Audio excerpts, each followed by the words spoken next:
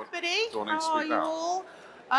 Yeah, we'll start with an intro from everybody. If we go round the group with who you are and a bit about Hey, you. I'm Andy Lennox. I am the founder of the Fired Up Collective, which has restaurants on the South Coast. I'm also the founder of the Wonky Table, which we do campaigning for hospitality, for VAT. And I'm also a non-exec on the Burnt Chef as well. Well said, sir. Yeah? Well, great introduction. My name is Chris Hall. I'm the founder of the Burnt Chef Project. If anyone doesn't know about the Burnt Chef Project, go and look for the giant black elephant. It sounds really odd, but she's 3 meters tall. You can't miss her. We can tell you all about the Burnt Chef Project. But ultimately, it's a not-for-profit campaign to try and create a sustainable, people-focused industry by focusing on things like leadership and mental health. Yeah, and I'm Dave Bevan. I'm the founder of a company called Love Your Pub. We're basically an online hospitality platform, not just a social media agency. And we work in online recruitment, SEO, promoting venues, doing social media management for venues, so partly a social media agency, and lots of other things. So, yeah, good to meet you all today. And I'm Gemma. I'm the Partnerships and Fundraising Manager for Hospitality Rising, which is the world's largest recruitment campaign to get 18 to 35-year-old young people basically into the hospitality industry as a career choice. So some of you, we've ran out, but some of you will see flyers on your seats. So if you'd like to have a chat, any of you afterwards, just let me know and we can. So yeah, great to meet you all. Just a bit of an intro. Getting the most out of a marketing budget has always been very important for all businesses. But over the last few years, with lockdown, Brexit, the cost of living crisis, and everything else that the world has thrown at us, the hospitality industry in particular has taken a huge hit, meaning that the need for customers and staff, coupled with the need to make every penny count, has become front of mind for every business within the industry. Time is also of the essence, so being innovative, nimble, and cost-effective are the key pillars for success. So with that in mind, first question, how, for each of you, how has the last few years affected your individual businesses, and have you adopted any strategies that have worked particularly well within everything that's been going on? Do you want to start with me? Yeah. Okay, so probably like most people that operate venues out there, Love Your Pub. My business was massively affected on the 20th of March 2020. You know, we pretty much had to hit the restart button when we came out of COVID, and it was very much rebuilding the business. You know, taking advantage of the government support that was available to us, but essentially rebuilding 5 years worth of damage prior to it, I suppose.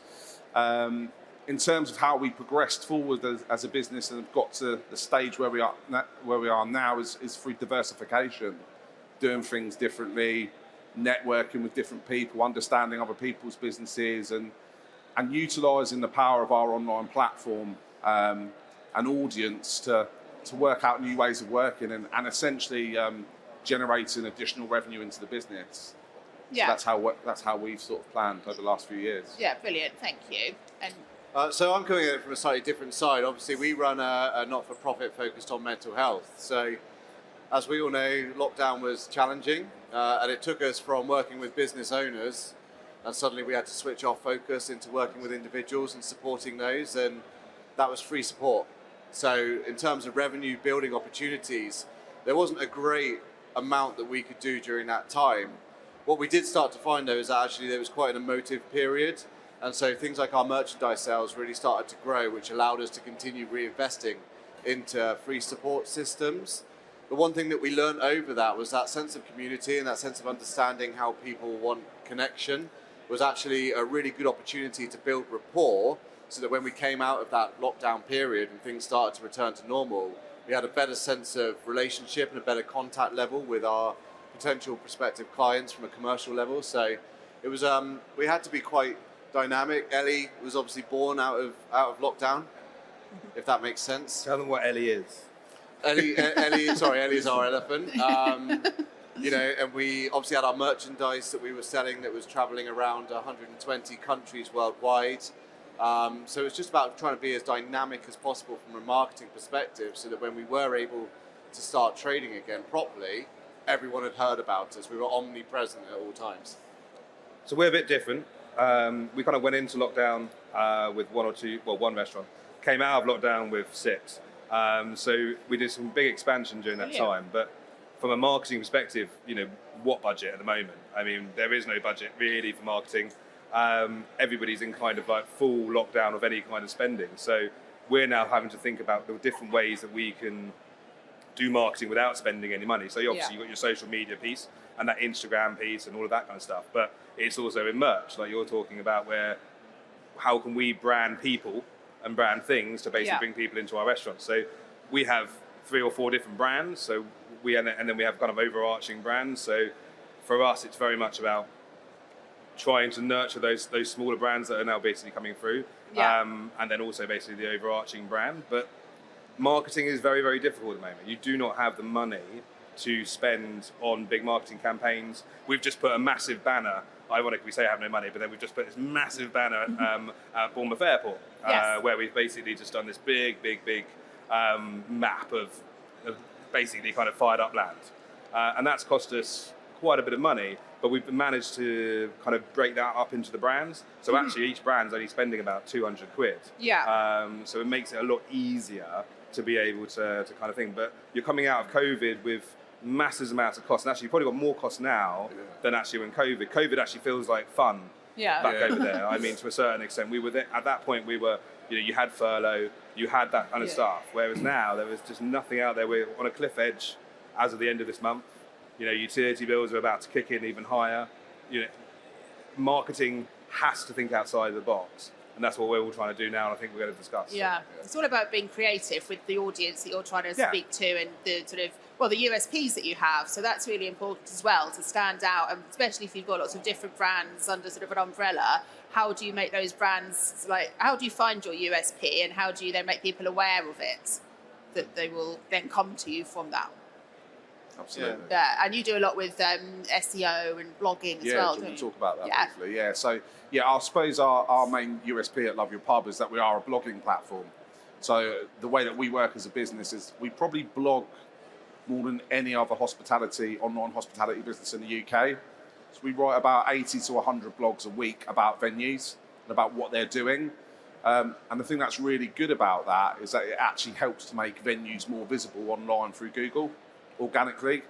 So it's not through AdWords. There's no additional spend through that. It's purely organic blogging. So we use SEO, we use keyword strategies, and we basically help to make our clients' venues more visible front page in their local geographies. Yes, it will say Love Your Pub on the links because it's coming from our platform, but it will help you if you've got the Dog and Duck in Shrewsbury, for example, make you more visible in your local area. When we're writing these blogs, it goes out through our website, it goes out through our social networks. But I suppose, one of the reasons that the larger pub companies and brewers work with us is we essentially help to make them more visible online. So do you just do Love the Pub? Or do you have Love the Restaurant? We have Love Your Restaurant, Love Your Bar, Love Your Hotel, Love Your Local. So we categorise it. Yeah, and I guess that's a really good USP in a way that people will associate the lovely, pub restaurant with the reason we made the platform in the first place was to support venues. That's the driving force behind it. I came into the industry in 2007 when the smoking ban had just kicked in, when there was a lot of negative press around how many venues a week were shutting. And I just got annoyed over the years about how much negative press there was about our industry. And actually, when you get out there and meet people like yourselves and find out what great businesses you run, what great stories you've got to tell, I thought, actually, I want to create a platform that celebrates all of that and actually really sort of gets behind the industry. And that's what the word love in Love Your Pub, and Love Your Restaurant and Love Your Hotel. It was about positivity. And that's something that we've had to try and balance quite carefully, is that we want people to come into this industry. It's a profession of choice, right? And it's a fantastic industry. I wouldn't still be here now if I didn't love everything that hospitality is. And it's very, very easy to highlight all the doom and gloom, especially when it comes down to mental illness and some of the other realities of the sector. But we have to do it with a progressive slant. And from a marketing perspective, there's a very fine line between trashing the industry and burning it versus actually, hold on a sec, these are the realities, but here are the success stories. And we've had to be quite clever with actually building case studies and things like our accreditation scheme on psychological safety that we're building. So actually we can start to recognise those who are doing great things, and yes, deal with the reality of 4 out of 5 people experiencing mental illness, but actually start saying, well, here are the organisations now that have improved their retention rates, that have managed to reduce mental illness within their organisation, and start to change that narrative a little bit, fantastic. because there is so much negativity. Right? Yeah, and it's all about finding the right thing that works for your messaging and getting, like you say, getting that balance right. I mean, with things like rewards and loyalty, which is a slightly different path, but with that, it can work really, really well. Like I've worked in rewards and loyalty as part of, my career, and when it's done right, it can be a brilliant partnership when you're bringing people in, because of getting those rewards. But how do you feel about sort of the balance of your like USP and your brand and your sort of like customer service and everything? Is that what you prefer to use as a lead to bring people in and keep them coming back, or do you see a area where they can work in tandem? Because it can be a bit gimmicky if it's done wrong. So it's all about getting. So rewards platform. Well, Yeah, I just guess rewards for coming people into for venues, etc. Yeah, in venues and things like that. It does work, don't get me wrong. I mean, and if you're, so for example, us as restaurants, our strapline essentially is hospitality the old way.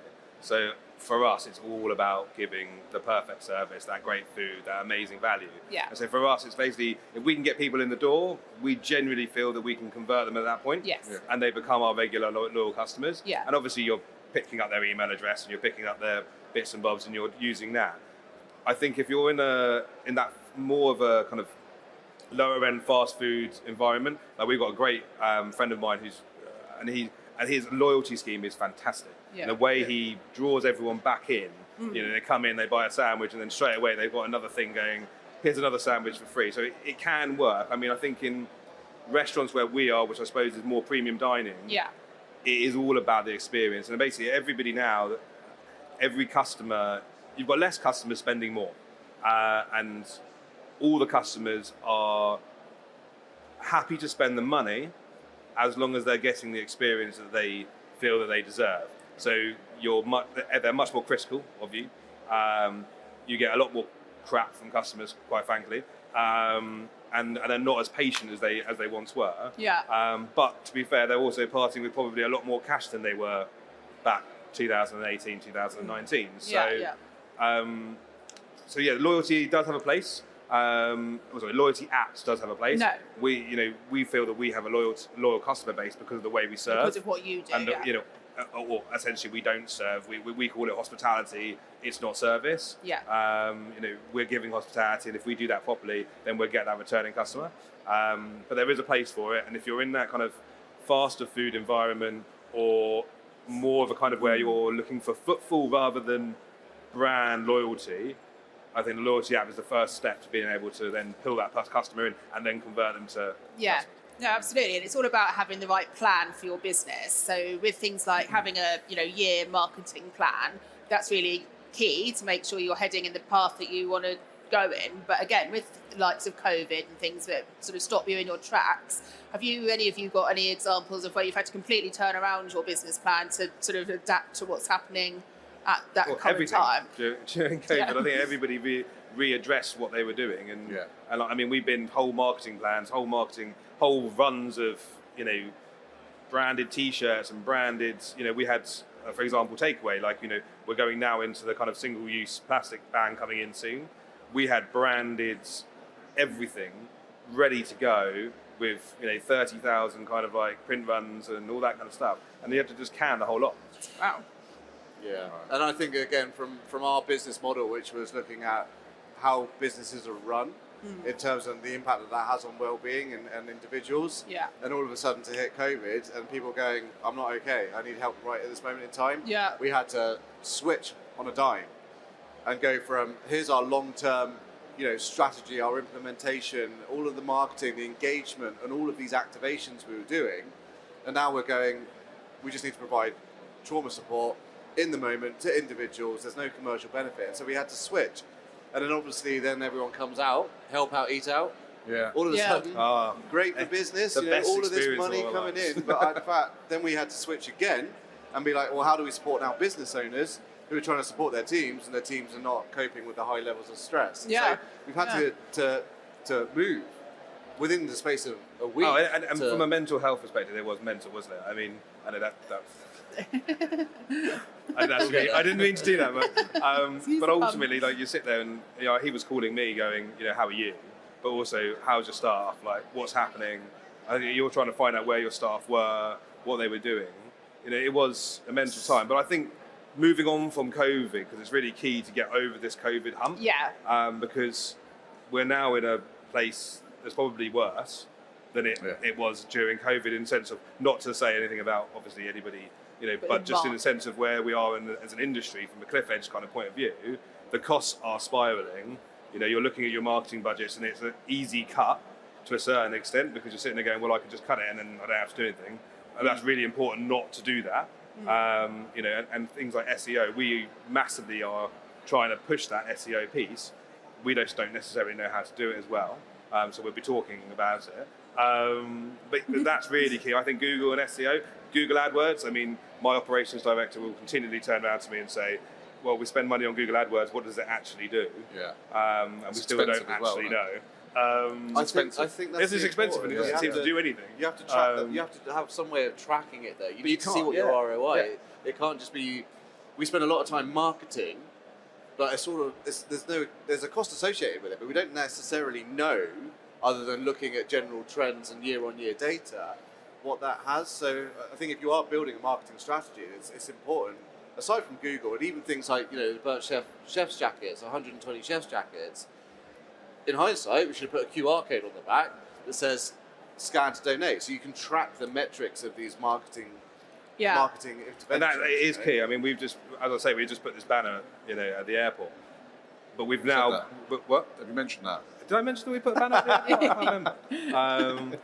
But essentially, basically, we've linked that with one website, which is the only website that address is. So you can track what the spend is. It's really important to track your ROI. But everybody also says that they know how to track their ROI, but they just give you numbers which don't make any sense. Yeah, and that's the thing as well, even just looking at like social media. There's so many different social media platforms that all do different things for different people. I mean, just which of the social media platforms work best for each of you? Are they different results for different audiences? From a personal perspective? Or? Yeah, go for it. Yeah.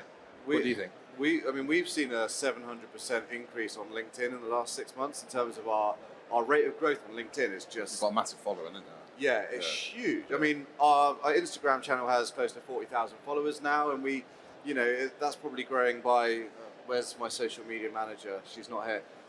3%, I would say, month on month, which is okay, but LinkedIn...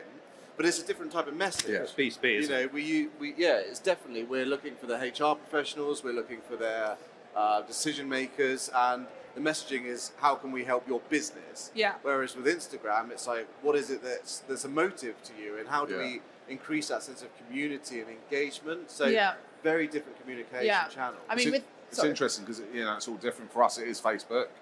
I would say one of the main things for us, reason for Facebook, is because blogs, you can click into blogs through Facebook. You can't do that on Instagram unless it's link in bio, or unless you've got an X amount of following that can then do that on a post. But so for us, you know, it's good to see that mix, which just shows the differences in our businesses. But yeah, I think it's 51% of our overall traffic out of 1.5 million users to Love Your Pub is organically through Google. About 40% is then driven through Facebook. And for us, you know, the rest of that is comprised of LinkedIn, Twitter, and Instagram. So different businesses, different business models. I mean, with Hospitality Rising, it's good that all of them has pretty much been mentioned, because TikTok is hugely successful for us because it's all peer-to-peer. You know, people really enthusing the audience about going into the hospitality industry and seeing it as a career. So, you know, pretty much all of the social media platforms are covered between us, just with different... We're still trying to work out how to use TikTok. I still can't work that one out. So, but I mean, you've got B2B, which is like LinkedIn, Twitter, right? Yeah. And you know, if I tweet a lot, and LinkedIn basically, you know, we use obviously for B2B. Instagram just feels a little bit. It feels it's a bit tired at the moment.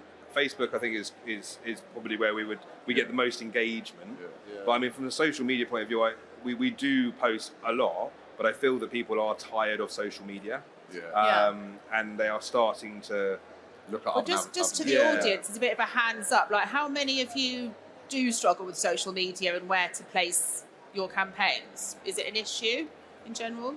How many of you don't? No. How many of you are listening? It's just so sorry for everyone else. But it is interesting. So I run a laser tag site in Somerset as well. So brilliant. over the weekends we find a lot of bookings and traffic comes through SEO first and foremost, without any social media. Social media for us on Instagram is awful. For that laser tag business, SEO, when they type in paintball, we come up as the first option. Is fantastic. But then Facebook, again, different demographic. Completely different demographic. We find that Facebook is our biggest performer for that type of. It's less emotive, more as a business search tool than it is for anything else. And it has become more like that, hasn't it? It's become, you do search a lot more on Facebook, and things appear a lot more on Facebook now. Hashtags and things like that. Yeah. I mean, one thing I think that we're a little bit guilty of as an industry, we get bogged down in the detail, and I see it probably more at micro level with pubs and possibly restaurants, and that is we don't put enough time to a marketing review. We get so bogged down with covering staff shortages, getting the VAT sorted out, speaking to the accountant. How much time on a monthly basis are you putting into your marketing? And it doesn't matter whether you've got one pub or 10 pubs or 10 restaurants or one restaurant. You need to put some time aside, just like you do for your accountants and all that type of stuff. You need to put some time aside for your marketing and look at your strategy. And also what I'd really recommend is if you've got a team of 10 staff, 15 staff, 20 staff, whatever it is, bring them in on it as well. Get their thoughts, delegate into them, get them to champion some bits and pieces so that it takes some workload off you. Because they're going to have ideas. You're going to have different demographics within your staff and your team that you can pull on. And that will help you reach different markets, at a local level, to tap different types of activities that you might not necessarily be thinking about.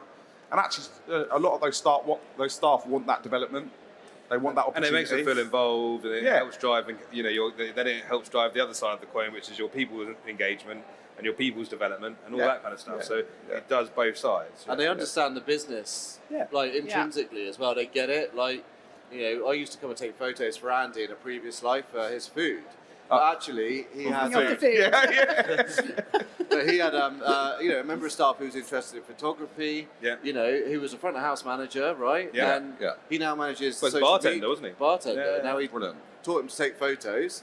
And he's now our marketing manager. And he's your marketing manager because he understands the business. He's brilliant, in amongst it. Yeah, brilliant branding, brilliant websites, all that kind of stuff, and SEO and all that. And he loves the brand because he's come from the brand. But at the same time, we understand there's staff out there that aren't interested in any of it, which is fair enough. But if you've got some little diamonds in the rough there within your team, they're the people to sort of bring in on it. It takes some work away from you, and it gives you a different angle to look at with your business. Growing within the business is really, really key to get people, again, young people to really see it as something that they want to grow and progress and rise through the ranks. So this is what hospitality advising is all about, right? So that whole piece of this industry is an industry. Yes. It is a career. Yes. You can earn some seriously good money in this industry with zero qualifications. And we're all trying to push it. I've been in the industry since I was 14. I was a potato peeler. That was my first job, and I've worked my way up. And I want every single one of my operational people to be able to know that they have to go and do KPing first, and that they have to learn that job. And you can go from. And we've got stories. I mean, my operations director was a waitress when she started with me. There are stories that go throughout the whole of our industry. You can be wherever you want in hospitality. Yes. And you can start from the absolute bottom and you can rise right to the top, and you don't need any qualifications. And be a master of your craft because you're learning all of the different areas and sort of, as you rise up, you really, really know everything like the back of your hand once you've got to that higher level. So, you've really then got really good service people who are working for your business. So it's not service, it's hospitality. Yeah, and hospitality. That's it. We keep on focusing ourselves, and we're moving from marketing now, but we focus ourselves on the fact that we're a service industry, but we're hospitality, and that's the real. It's a career. Because that's the really career. You're not there to serve people all the time. You're there to be hospitable, and you're there to give an experience, and that is and not a lot of people can do it. I mean, our biggest motto is essentially we can train a monkey to carry a food, but we can't give a monkey a personality, and it's really, really key. We can't. There are only certain people that can actually do hospitality well. Yeah. But we're moving away from marketing now. But yeah, that's also a very key point. And then just outside of everything that we've already talked about with loads of great advice, and there's never, like we were just saying, there's never a one-size-fits-all like solution to make your business work really well and with the marketing. But if there was one piece of advice that you could each give that has, been successful for you, that you've had a sort of a gem of an idea or something that you've done that's really worked well, what would it be? For the Burnt Chef side of things, it's be omnipresent. So when I started the Burnt Chef project and I was running social media myself, 5 posts a week, making sure that we're using our email marketing, making sure that we've got our branding absolutely everywhere, because the same thing now has paid dividends. People come up to us and go, I've seen your branding everywhere. What do you do? Yeah. And I think it's important to use every single communication tool. Giant elephants, people dressed up in the street, billboards, TV ads, radio. And yes, there's an element of budget here, which I appreciate is not necessarily always available, but sometimes it doesn't have to cost a lot. Yeah. Like, don't underestimate the importance of, 11 or 7 times you have to see something regularly in order to be able to recognize that brand in the street. So use all channels as much as possible. Don't underestimate the importance of trying to be omnipresent at all times. Yeah, absolutely. With your branding on your own top. We've all got it on everywhere. I've got socks coming. Not yet underwear, but we'll see where we go. An item of clothing for everyone. And have you two got any extra bits of advice? I've probably touched on what I've just spoken about already, to be honest with you, especially from a cost-effective perspective. It's, we know you guys, when you're operating your venues, you're busy doing so many other things that aren't necessarily relevant to marketing. So it's about empowering your people. Be smarter, work smarter, not necessarily harder, and delegate. And it's easy to say that. I was like that with Love Your Pub. We've now built to a team of 10, which doesn't sound massive, but when I started it on my own, the only way we got bigger as a business was through me actually starting to let things go. And as a control freak by nature, which I am, that was hard to do.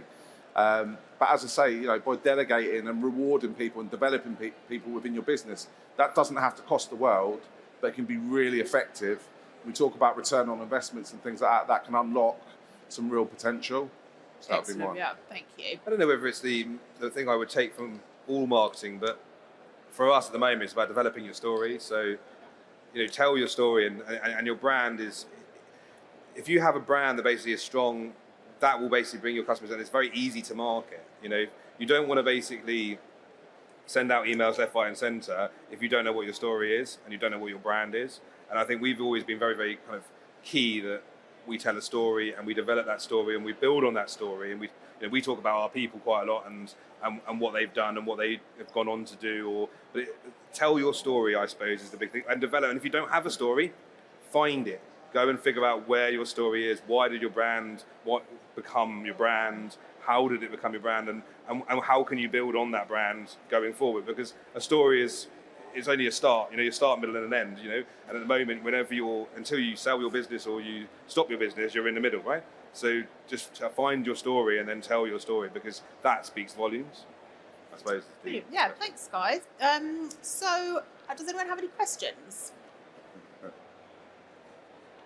Please. I think someone's coming with a mic, I think. Question over there. There we go. Yeah. Hello. To be clear, I do have a slight vested interest here because I do work for a social media marketing company. So I would say this really, but I know this is obviously a budget-restricted masterclass. And like you say, this is a really hard time for the food service industry sort of generally. But when you talk about like social media being tired, do you think you're mostly talking about kind of organic social? Like you haven't really touched on paid social? Yeah. Do you consider paid social in your targeting strategy? Is that something that you guys all think about? I know Chris, especially the Burnt Chef project, we work with Lamb Western, so social, so we know you guys well. But yeah, so I know you do a lot of organic. How much do you do with paid, and does that sort of play a big part in your targeting or not? I think, so to clarify, I think it's more, I feel people are tired of social media rather than social media is tired. We do paid social media, we do organic social media. To be fair, we're always still, I mean, from our point of view, we're still trying to figure out the algorithms and figure out how that works. I mean, we can post one thing that's about our people, for example, and we'll have engagement, we'll have 100 likes, 200 likes, and then we'll post something which is an amazing picture of our food or whatever, and like nobody likes it, or you get one or two. And so it is difficult to kind of think, and for me, it's about figuring out how, if I spend, let's say, £500 on paid advertising, and it's wow, I mean, my post just went, mega, what does that mean? And what is the return on, what is the return on capital? What is it? Like, am I going to see more people driven to my restaurant? Well, not necessarily. I mean, or is it that it's just subliminal and that then you need your SEO, that basically someone's in Bournemouth and they basically type in best restaurant, it comes up and they remember that they've seen a photo from Instagram 2 months ago that was paid. I get it, but it's hard from an industry restaurant perspective to understand where to put your money. And I think marketing budgets are still there. They're not completely gone. But people like owners like myself are really anal about what we're spending it on. And so I don't want someone to come over to me and say, well, if you do this, you can pay £10 and you'll get a return on capital of X, of £1 million. I want someone to turn around to me and say, if you do this, then I guarantee you'll see something in Google that will basically make that person go there. It's really difficult for social media. That's where, almost like counter to the point I was talking about earlier in terms of ROI, you can't underestimate the value that just general awareness has. So, for example, we had a post that went, I guess you can call it viral. We put a post out about thinking about service professionals over the Christmas period. We got 22,000 likes on that post. Even the guy from Twilight, one of the actors from Twilight, he reposted it to 4.5 million people. Does that bring us a return on investment? Well, we didn't spend anything, it was organic, but did that bring us any business? No.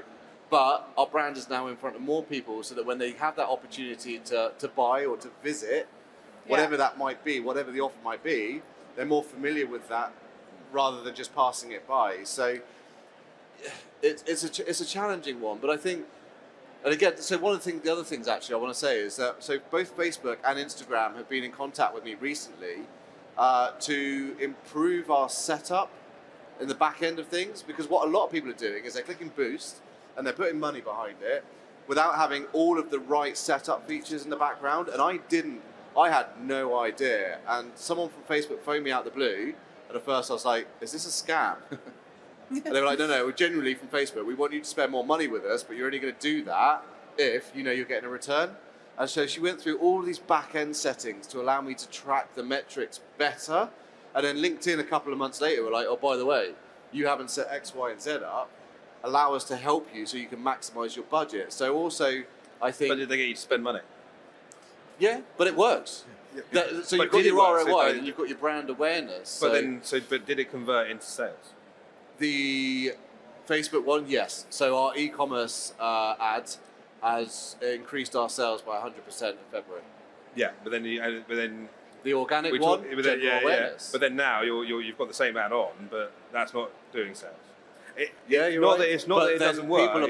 People are tired of seeing the same ad. So is it the fact that people are tired of social media, or is it the fact that we're not doing our job well enough to spike their interest? Yeah, you haven't basically put the And you're right, we do need to refresh the ad, change the content up, mix the engagement signals, and be dynamic, be inventive, be prepared to make mistakes. Again, be nimble, it makes you can change things up easily or quickly if something isn't working. Yeah, I mean, if we're talking about paid spend, love your pub as a company, we do it every week. And we aim at the social channels that we believe works for our business, which is specifically Facebook and Instagram. We don't use Google AdWords. As I said before, we're known as an organic blogging platform, and that works enough for us. I've used AdWords in the past. It's expensive. and very difficult to measure a return. So yeah, we put our spend into the channels that we feel that we get the return on. We're also involved in recruitment. So we do hospitality job recruitment, and we do recruitment for pub companies and regional brewers, where we help to recruit for their vacant tenancies and things like that. And we also do some work with Christie & Co. on their freehold business. So yeah, we put spend into those different channels as well. But there's other channels of Love Your Pub that I wouldn't put additional spend into. I guess it's just understanding your business. If you're trying to build a brand, or even out of a restaurant, or definitely you're going to need to put ad spend into building brands without a doubt. And that's not something I believe is a short-term thing. I mean, Andy's probably best placed to talk more about building restaurant brands. But for us, I put spend into building our brand pretty much every month. Yeah, it's such a huge landscape. There's so many different areas to try. Any other questions?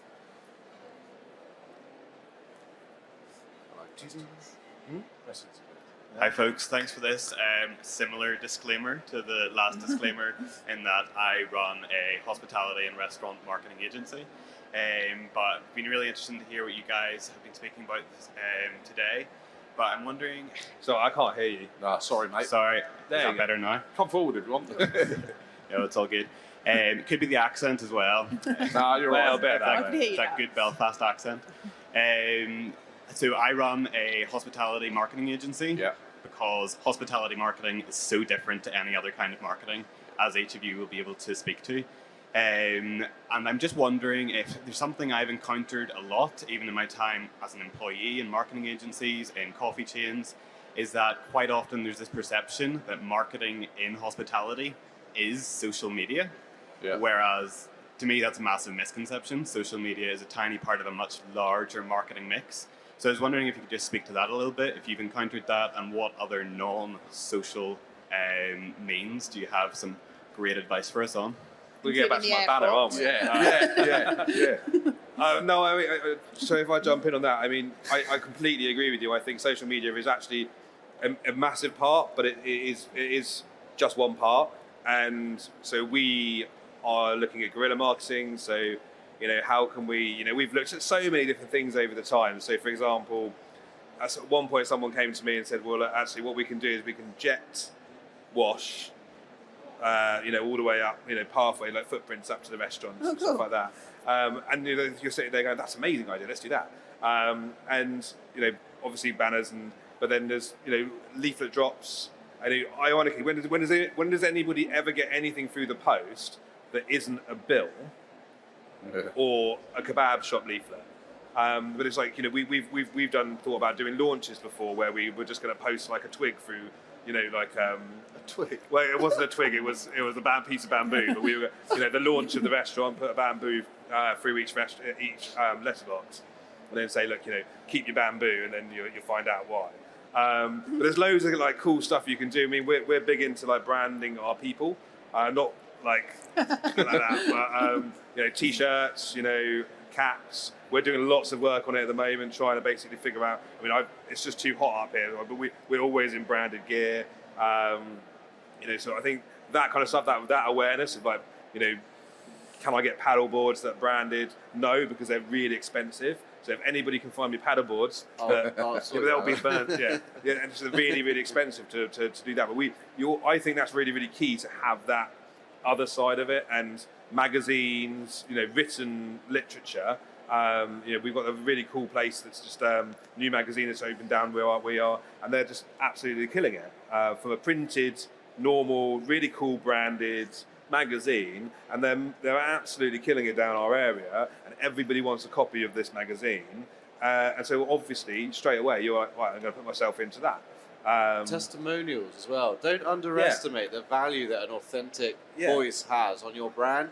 Get your customers to shout about it.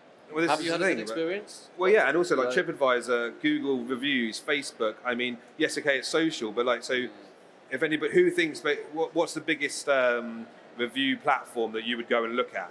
Like, if you put a hand up for TripAdvisor, Facebook, no. Facebook, Google, yeah. So Google is the biggest one. So most people will go, obviously Google's the biggest search engine, but most people will go to Google reviews over any other review platform. It's like 68% or something like that. They go to Google reviews to kind of find out about a restaurant. And ultimately, let's be honest, you can't see a conversion from Instagram to Facebook to your restaurant, because obviously you see a photo on Instagram and you go, right, cool, that's a cool photo, and then you go on Google and put the restaurant in. So obviously Instagram and Facebook have worked, but you can't see the conversion because they've gone onto Google and gone, oh, where's that restaurant? So I think one of the underplayed ones as well is e-marketing campaigns and data capture. Emails. But it's e-marketing campaigns done right. You see plenty of them being done badly. It's not over posting, if you like. Going back to what we're talking about, I'm sure we're all aware when we wake up in the morning and look at our inbox and just the amount of emails that come through that you just delete and delete and delete. So, but actually, data capture on when the consumer comes into outlet is massive, and nowadays is a real big pinch point to understanding your consumer and your demographic and how you can market to them moving forward. How many people out there are capturing their clients' data? GDPR, of course, but how many people are capturing their clients' data and using it? Yeah. If you're not, you should be. It's common that people are, to be honest. But we see massive engagement from email marketing, and especially if you don't do it too much, but just do it just enough, and you do it with a good tagline, as you're saying, you really do see an uplift. You look at your open rates. Something like, as your subject, don't open this email. You'll see your highest engagement rate ever. Yeah. And it's small things, and you have to spike people's interest, and you have to be inventive, and sometimes it won't work. Controversial. Yeah, And we all had to delete them, didn't we? We all had to delete our massive, massive mailing lists that we had. And now we've got to rebuild them. But it's better client base for it, I guess. Yeah. Fantastic. Any last question? Lady at the back. Hi, thanks. This has been really great. I've been late joining, so sorry if this has already been covered. But what do you think by generation? Because obviously you've got boomers, you've got Gen Z, you've got millennials. What is the most important tool sort of by those generations that you would say, if you don't have the budget, is the best way of reaching those people? Specifically for me, it's over 50s within a certain target market, being healthcare. What would you say you found effective in reaching out to those generations in terms of the most important tool? So if I'm going to target over 50s, what would you suggest the most important tool would be to get that reach and return? I think you're asking the wrong people. You should be asking the over 50s and saying, how do we communicate with you? What mediums do you use? Do you open up the morning advertiser or the Daily Times and check that, or are you using digital communication? Carrier pigeon. Maybe. I think ask your demographic, get a steering group together and say to them, because I think we see this quite commonly with not just marketing but with other areas as well, engagement. How do I do this? What do I do? You're asking completely the wrong people. Ask the people that you want to target how they want to be communicated with, because some will say, I want a leaflet in my pay packet. Others will say, I quite like email. Others will say, get me on WhatsApp. And it's about understanding your overall demographic and exactly what it is that they want, ultimately. If it's healthcare related, I don't even know. And I'm in healthcare. I have no idea. Well, I was going to say, another way to capture that in outlet is pretty much what Chris has been speaking about. A way to capture that in outlet is, when you're presenting a bill back, Andy's already mentioned that, hospitality is a career. It's about personality. It's about relationships. And it's about talking to people. And they're going to give you the answers that you want to know, whether you can capture that data on EPOS or PDQs or whatever, or, however you can capture it. But going back to what Chris has said, the people will give you those answers. In regards to Love Your Pub and what we do, I have opinions about how our demographics read our content, and I think that a slightly older clientele prefer to read blogs, where they can just sit down in the leisure of their own home maybe, and just with a cup of coffee and read an article. we see the average read time that they use and I think overall we've written probably about 5,000 blogs as a company since our inception, and our average read time is about 2 minutes and 50 seconds, which isn't bad. You know, if someone's just sitting on a mobile on a desktop reading content, it's not a bad read time. You think if you look at a social media post, it's probably going to be 10 seconds max. But that's just me talking about my business and what we think. But yeah. So you've got your data and you've got your feedback element. Yeah, it's a difficult question because I don't think anyone knows the answer to it. But so a couple of things. So basically, from a marketing perspective, Facebook obviously sits in that kind of like, I don't know, whatever, 25 to 35, but is aging because the younger population aren't using Facebook. Yeah. So actually, if you ask, it depends on when you're asking the question, but they're aging. So Instagram's a little bit behind that, but they're aging. Then you go into TikTok, which are now the younger generation, and Snapchat, which is a whole new world. And so like people like myself, I can't. Even some of my younger guys in my business don't understand TikTok and Snapchat. But then actually my niece, who's 11, can tell me exactly what's going on and exactly how to sort it all out. Could you advertise for Tinder? Oh, Grindr, whichever. I don't do If you put your branding on there, like that demographic would be for a restaurant. That could be. Well, yeah. So there's an it's interesting. an So audience. 65% of people who drink wine. I'm trying to remember this one. 65% of people who drink wine in restaurants and hospitality are over 50. Okay, so I don't know what that means, but it means that basically we're buggered if we don't get the younger people in to actually come and drink wine, and But yes, so if we have quite a big engagement from that over 50s, and then how do we do that? Well, social, yes, but email probably. Yeah. But again, it's through customer satisfaction. We word of mouth. I mean, there's one thing that nobody's talked about yet so far is that word of mouth piece. I want you to come to my restaurants, and I want you to tell 5 of your mates. What I don't want you to do, which is the other way of the coin, is you come to my restaurants, hate my restaurants, and tell 10 of your mates. And so that word of mouth that is so important. If you can just get people through the door, that's our key thing. Get them through the door. If I can get them through the door, then they're going to go and tell 5 of their mates. Those 5 mates come in, they tell 5 of their mates. It takes a long time, but theoretically, they say that in restaurants and bars, it takes 3 years to go bust or 3 years to go be successful. And ironically, if you take a restaurant and you say, right, well, I've got, let's say, 80 to 100 covers, at some point you'll hit critical mass, or you won't. So you'll either basically get to the stage where basically every Friday and Saturday night your bums on seats equal how many covers you've got, and then you're like, well, I'm as busy as I can be. Then it's like, right, can I build my lunchtime trade? Then it's like, okay, I need to build my Wednesday and my Thursday trade, which ironically is where you make money. So if you are busy on a Friday and Saturday night, that's brilliant. And if you're busy on a Thursday night, then that's really good. But if you're busy on a Tuesday and a Wednesday night, you're making money. So ironically, basically, I don't know really where I'm going with this. I don't know where you're going.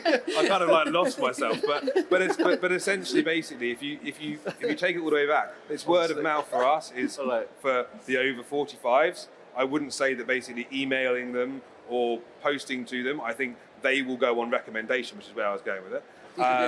They will go on recommendation. I will go on recommendation. So that kind of 35 upwards, well, probably 45 upwards will go on recommendation. That 25 to 35 will go on kind of who's influenced me to go through a social media platform or something like that.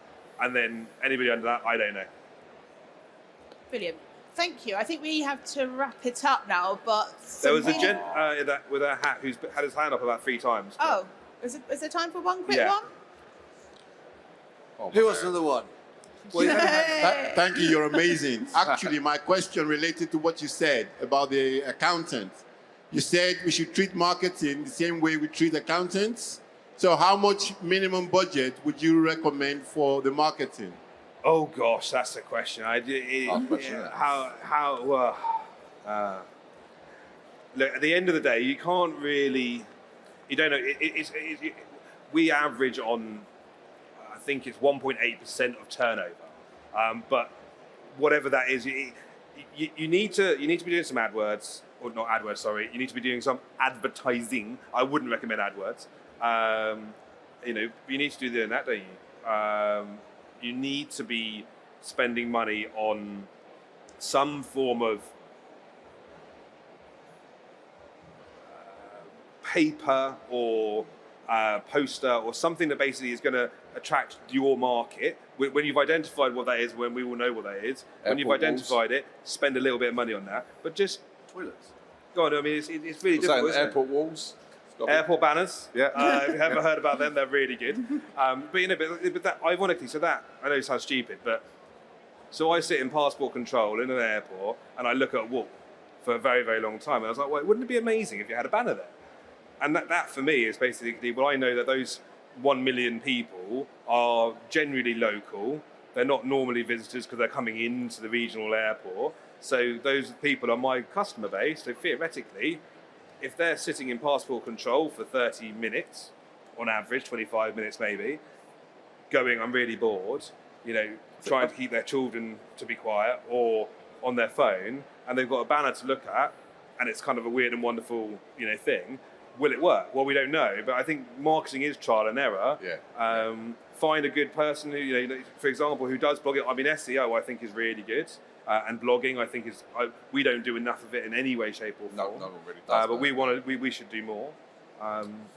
It's hard. It's hard. Yeah, I think trial and error, like Andy's just said, is a massive thing. Like, mix it up. You've all got different types of businesses that will work in different types of ways. I think the thing with marketing is always about being progressive. It's always about being creative. You'll find something that works for a while, but then it'll probably start to tail off. It might be that you find some good stuff with some hard marketing, like leaflet drop in or posters or whatever. Then the next month you might go, right, we're going to put some budget behind some online stuff. You'll find some stuff that works for you, and where you've all got different types of businesses, it will work in different types of ways. But mixing it up, being creative, stops it from standing still and being stagnant, and it will engage different audiences at different times. And you don't have to spend the earth on that. I mean, I'll just talk about one of my other businesses that we've got. We put £100 a month into online. It's not going to break the bank, and we get results from that. And that's just about running some campaigns through social. £100 not a massive spend, for a small business, and we see results from that. Yeah. But before you do anything, make sure that everything that you do have is optimized. So before you spend any money on anyone else or anything else, like get your website. Go onto your website, and if you're like me, that basically we've had businesses where we spent £40,000 on a website, and now we have businesses where I build them myself. Yeah. Because actually you can just do it yourself anyway. But if you go into those and you develop into those websites, it will tell you how to do it, and just make sure you're doing all of that right first before you start going and spending money on random pieces of, then once you've got that and you've got something to drive your people to, then go and do monitoring things like click-through rate on analytics, make sure your bounce rate is correct, because blogs, you could spend so much. You could spend 5% of your turnover on marketing, but if there's too many steps in the customer journey to the point where they actually purchase or visit your venue, if they're not following that process and that customer journey isn't smooth enough, you're just throwing money at a wall. So, and it's the same with us. We don't have a set percentage of our turnover in terms of marketing. We just make sure that when we put out marketing, so we spent £2,000 on an ad in the last 30 days, and that generated £5,000 worth of revenue for us. Now that's revenue, not profit, but we know that that was a success because the link clicked directly through to a certain product, which then allowed us to be able to complete that transaction. Now that's e-commerce, but you need to make sure that all of those things that are free for you to check are in line before you put any money, any budget, whether it's 1% or 5% behind that. So, brilliant. Well, thank you. We could talk about this for hours, and hopefully you've found some good nuggets of advice from you. It's all been brilliant. Thank you so much. Thank you. And thank you very much. Thanks, guys. Cheers. Cheers.